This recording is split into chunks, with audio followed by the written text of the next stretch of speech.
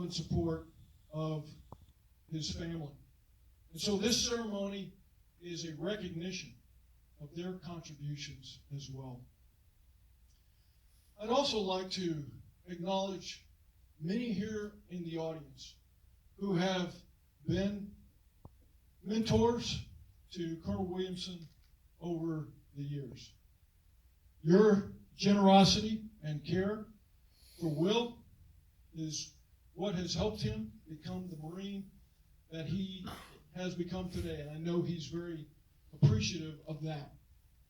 I think you would also say that many of the words that you shared with him, he is now passing along to the Marines that he is mentoring. Let me tell you a little bit about Will. He's a proud graduate of the United States Naval Academy. Incidentally, their daughter, Nyla, is carrying on the family tradition as a fourth-class midshipman at the Naval Academy. I think she's about 2 weeks into it. You can imagine what it's like right now. Will started his career as a platoon commander with the 9th Com Battalion, where he was fortunate enough to have to be under then Major Reynolds, now Lieutenant General Reynolds, as a mentor. He showed tremendous promise, even as a lieutenant. And after a deployment with the 15th Marine Expeditionary Unit, he was given orders back to the Naval Academy as a company officer to help lead those young, impressionable midshipmen. As his career progressed, he became a field grade officer, an Iron Major. He found himself back at 9th Com Battalion, in the thick of it, like many other Marines. Did 2 deployments to Iraq. And then he and his family moved to Okinawa, where he did tours with the 3rd Marine Division and 3MEF as well. As you would expect, as he continued to progress as a lieutenant colonel, he did higher level staff jobs at Special Operations Command, the Joint Staff J6, and C4 Department at Headquarters Marine Corps. But what emerged through all of that was Will's reputation of being someone who has unsurpassed technical acumen, an untiring initiative, and just a reputation as being the consummate professional. Where I think he really began to shine is when he got his first opportunity to command, back at 9th Com Battalion for the 3rd time, this time as the battalion commander. And his unit had great success. But one of the things that he realized is that the center of gravity for their success was the individual Marine. And so he poured himself, heart and soul, into those Marines, and they did the same for him. That same level of dedication he also applied as the commanding officer at Officer Candidate School. Perhaps our highest profile, certainly one of our highest profile jobs for 06s, because of the importance the institution places on making Marine officers. His visionary approach ensured that only the highest quality Marines are standing in front of our formations. And then, over the past 2 years, it's been my privilege to work alongside Will in his capacity as the military assistant in the office of the assistant commandant, where his performance has been uniformly excellent. But here's one thing I've learned about Will. He has a passion for helping Marines achieve their highest potential. And I assure you that I've learned a great deal from him, and I've taken some of what I've seen and put that in my toolkit as I go forward. It makes sense then that for his first assignment as a flag officer to be the director of manpower plans and policy, where he's going to help us continue to modernize our talent management, so that we are attracting, developing, and retaining the very best Marines that we can. His experience and his performance has prepared him for this next step as a flag officer in the Marine Corps. And I'm really excited to see what he's going to do in this next assignment, but also for our Marine Corps over the next decade. We're expecting big things from Will Williamson. And so, without further ado, let's make Colonel Williamson a Brigadier General of the Marines.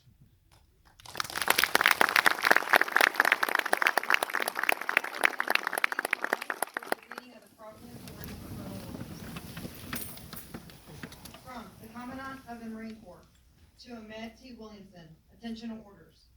On behalf of the Secretary of the Navy and by the authority vested in the Secretary of Defense, you are hereby authorized to assume the title and wear the insignia of Brigadier General, United States Marine Corps, effective 10 July 2021.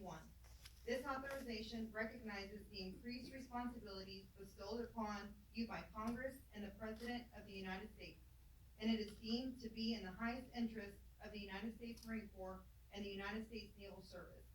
Signed, 18 May 2021, for the Commandant, David A. Adignon, Lieutenant General, Deputy Commandant for Manpower and Reserve Affairs.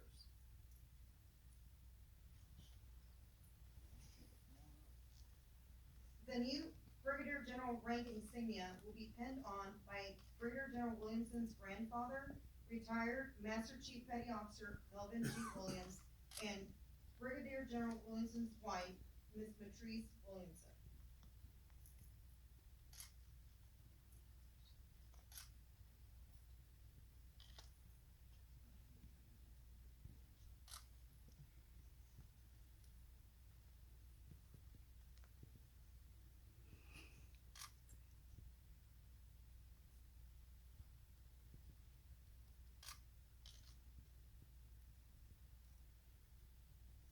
Ladies and gentlemen,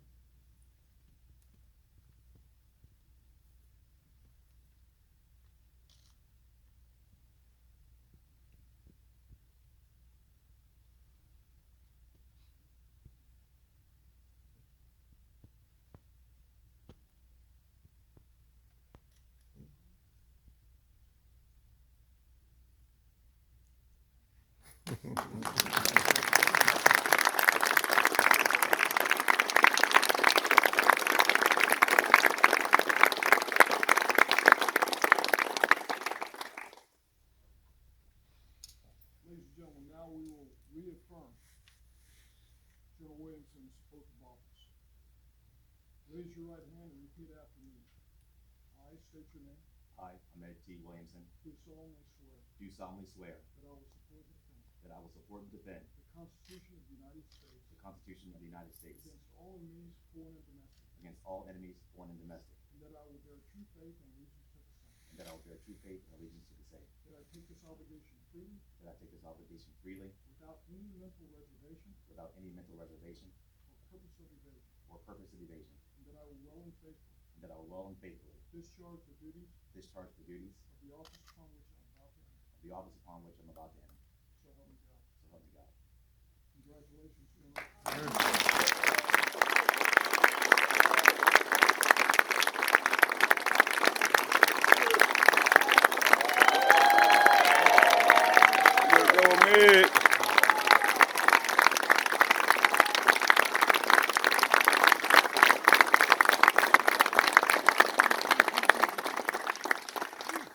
ladies and gentlemen, Brigadier General Ahmed T. Williamson.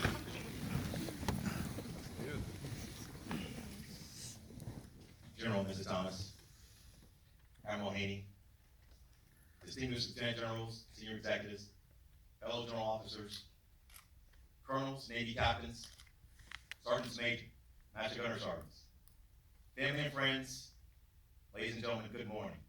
Morning. Good morning, and thank you so much for blessing us and being here today. I know that you all have traveled from far and wide to be here for this very special ceremony for our family Many of you all coming from out west, all the way out in California, from as far south as Florida, the Carolinas, even Tennessee. Some of you all may even live close by here in the National Capital Region like my own family, but you had to press through I-95. I realize that'd be a more difficult ordeal. You honor us with your presence. Patrice and I are so grateful for you all being here today, and we do not take that for granted. Now, this is a little unique for me, and not just me. Any Marine, and any senior Marine leader is not used to being center stage and having all the attention. I actually just asked to get in the ACMAC's office, huddle up real quick, go on this hour, and go to work. But I try to live by an adage of keeping a humble and teachable spirit. And so I listened to some good advice, good coaching, to make sure I made this event a special event. Not just for me and for my family, but for all those who invested in me and my family and supported us along this 27-year endeavor. So please indulge me for a few minutes as I try to pay appropriate tribute to those who make this day special, to those who even made this day even possible. First, starting off with the ACMAC. General Thomas, sir, thank you so much for participating in the ceremony. Thank you for those kind words. I hope that I can own up to some of the things that you said. Hopefully they actually are true. Sir, I know that you're extremely busy, and over the course of the past 2 years, I learned so much from you from watching you and the Commandant lead our Marine Corps through a tumultuous and a very challenging time. I learned not just from you as a professional, but even more so about being a man of character and integrity and a family man. So to you and Mrs. Thomas, thank you all so much for being good role models, great role models to Patrice and myself. Thank you for participating today and making it special.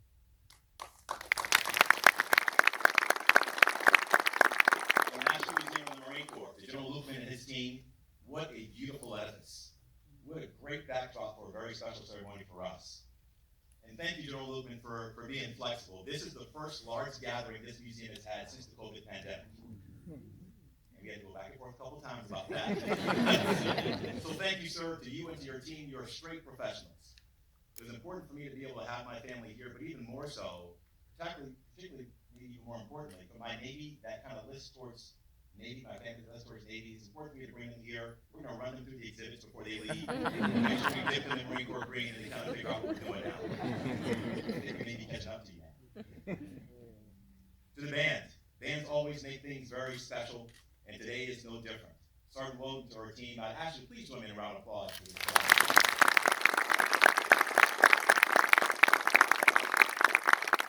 Team ACMAC and Team EP, the folks behind the scenes who escorted everyone in and made sure this was a professional event playing pro ball, right, at the highest level.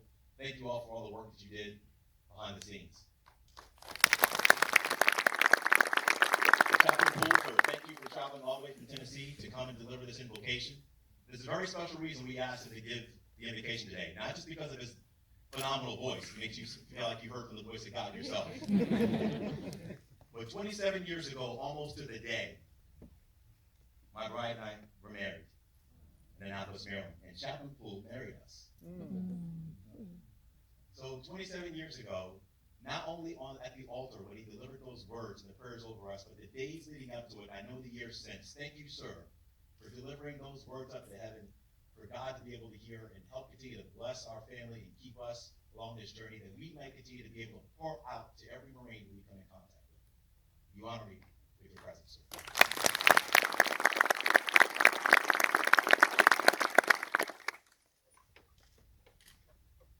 Still very unreal to me. To the man sitting on my left side today, my living hero, Master Chief Petty Officer Melvin Williams, Sr. You are the reason why I'm standing here. What an honor for me to be able to have you put a star on my shoulder. My grandfather joined the Navy in 1951, just years after the presidential order to integrate our naval services, our military services, regardless of race, color, creed, or background, just months after that decree. Was not very many opportunities for a man like him and others like him for the country to have opportunity. Where the country did not offer opportunity, the Navy did. The Navy gave him an opportunity to escape the circumstances. The Navy gave him an opportunity to learn, to work with, to grow, and develop people from all kinds of backgrounds. The Navy gave him the opportunity to travel and see the world through different perspectives and a different set of eyes. Those opportunities were not without challenge. Because as he endured, not only in our nation, but also in our service, even in uniform, the unprofessional policies that did not allow every single sailor to present their full selves. But my grandfather believed, and he worked and he grind. And as our nation improved and transformed, as our Navy transformed and improved, he was able to retire for 27 years as Master Chief Petty Officer Navy, the highest enlisted rank. You enjoy it. Many of you know this story about my grandmother, his bride. You two have been great examples to our entire family. And what an example of how the choices and the sacrifices of just a few, just a couple, and the trajectory that you put our entire family on, not just for opportunity, but for us to have within our heart the desire to serve.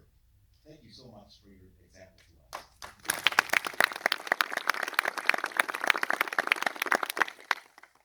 On my other side, my partner in life, my best friend, Patrice. Sweetheart, thank you so much for all that you've done. This day is just as much about you. It's about your support for me. It's about your encouragement for our family. It's about the love that you've shown to every Marine and their family along this way. You love Marines and families more than even I could ask you to. Thank you for enduring. Thank you for standing by my side. I love you tremendously.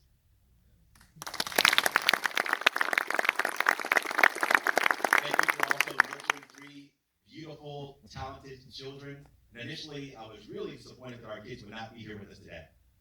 But as we thought about it more, we're just so proud that they're out doing exactly what we raised them to do.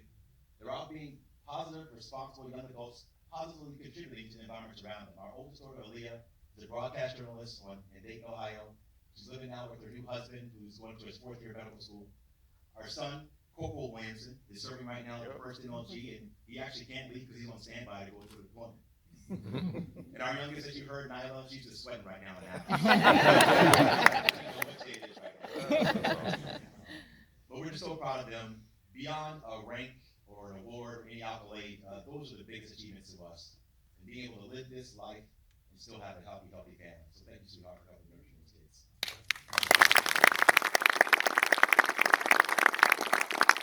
It is Isaac Newton who is credited to have said, "If I see far, it's because I stand on the shoulders of giants." None of us have gotten here on our own. We all have gotten to where we are because people have invested in us and helped us out along the way. I am definitely no different. I know that I stand on the shoulders of giants.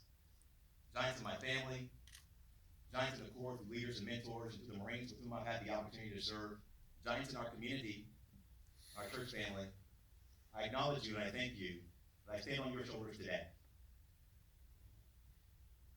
I stand on the shoulders of those senior leaders and mentors.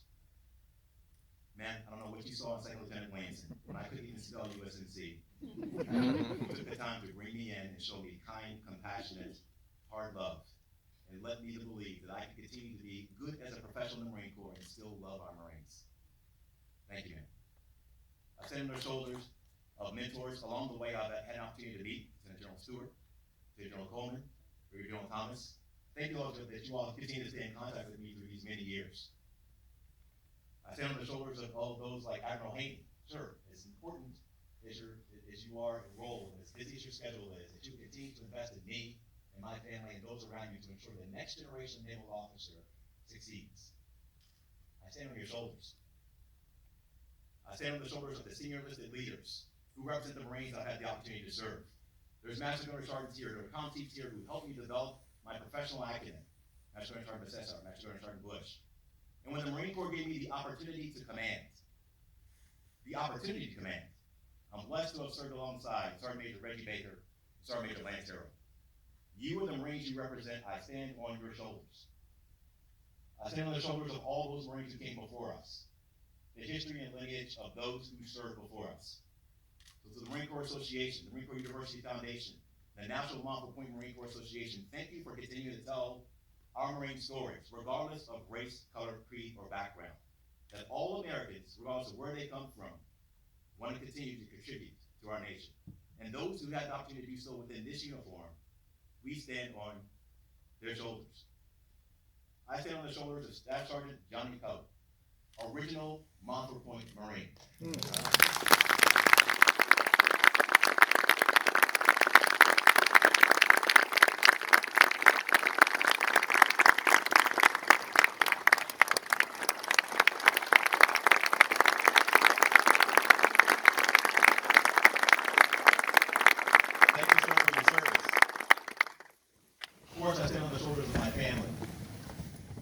mom, Sharon Eads, my dad, Edward Williamson, thank you for being people of faith and teaching me that faith is the foundation and making that important in my life. Thank you to my aunts, my uncles, who challenged us and pushed us along the way. All of our family members, I stand on your shoulders. And I stand on the shoulders of, we all stand on the shoulders of the fallen. We are often reminded that there's so much talent in the Marine Corps that anyone can step up. There's so many great colonels in this room that I learned from along the way. From those in the Naval Academy all the way to those in the Pentagon, who I just had the opportunity to serve with and learn about how our Marine Corps functions. I stand on your shoulders. We are reminded that anyone could fill this spot. Not everyone gets the opportunity to serve as General Officer in the Marine Corps, especially those who've given the ultimate sacrifice they paid with their blood and their life. So I honor Lieutenant Colonel Max Galliot, Lieutenant Colonel Kevin Shea,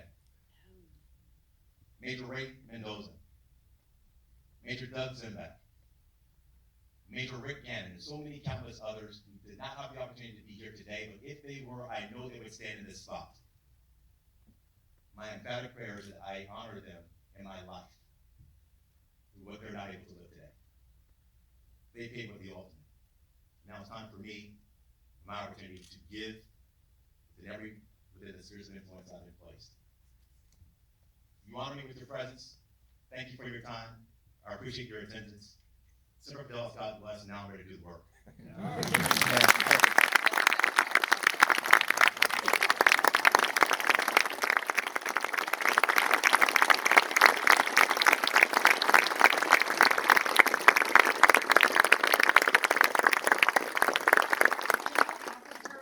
Distinguishing flags are provided for all general officers on active duty.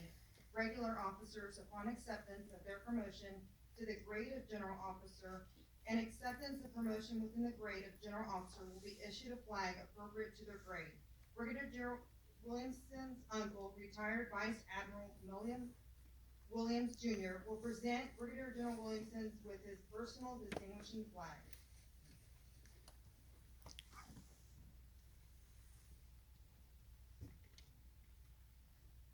I'm going to call an audible. It's an honor for me to present you with your first flag. But know that on behalf of all of your family, all of your friends and colleagues, we are so very proud of you, Patrice, and your entire family. We wish you the best going forward. I took the opportunity this morning also to present you with my collar device 1 stars that I wore on active duty.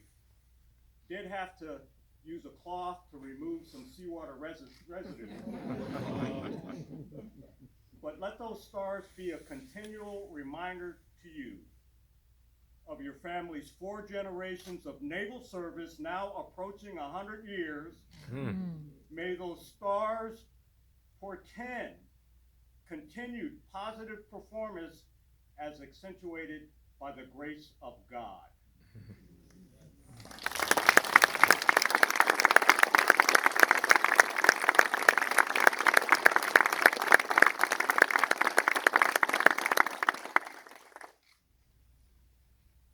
Ladies and gentlemen, please rise for honors to Brigadier General Williamson.